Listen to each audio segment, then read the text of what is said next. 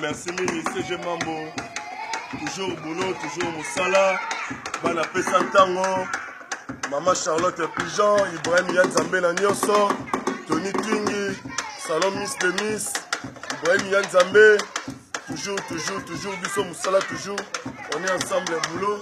Toujours travailler, toujours. Moussala, toujours Pesantango na Bisso.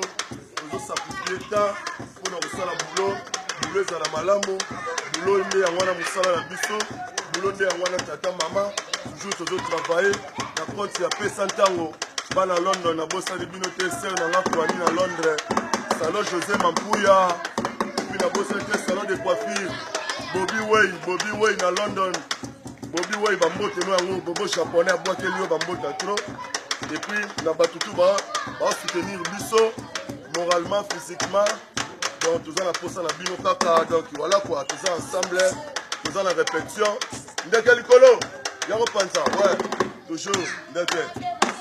Ouais, ça c'est la voix des anges, berbe chance de Kalikolo, Kafuna Kafu et Rosaranate. Balobit Ozali, toujours en forme, ma casse et Rosaranate. Ibrahim Yanzambe, Pesantango, champion Rosaranate, donc Ozali, tout dans le travail. Le travail, Pepele Rosaranate, on a l'on a mis dans Bozomona. Le paradis a mis en Kamboza et Rosaranate. Nyoso Pete, Nyoso Mamike.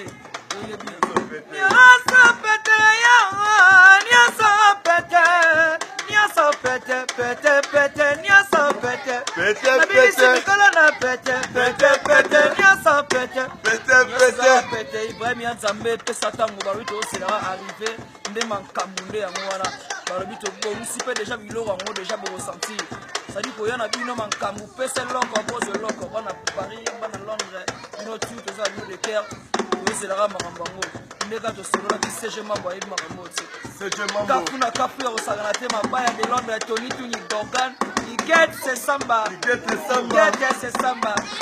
balingi babatolanga mama Charlotte ye mama bana mama yoyebi na leliga pote mère mama bana kafu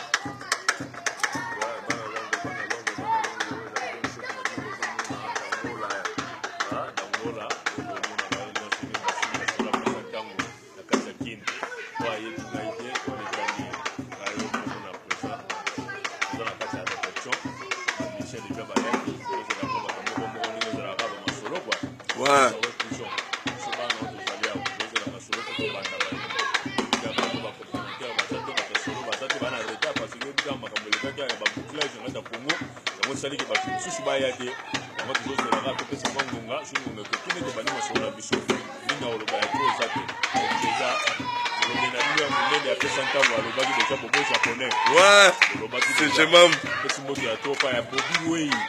Bobby Way, le salon tout le à Londres. Francis Barbe, le à Londres. Babi Masolo est trop. Tony Twingi. Le Lébino à trop. Babi Francis Barbe. La minute où vous avez sikoyo, tozali vraiment na Arnaud Way Francis Barbe.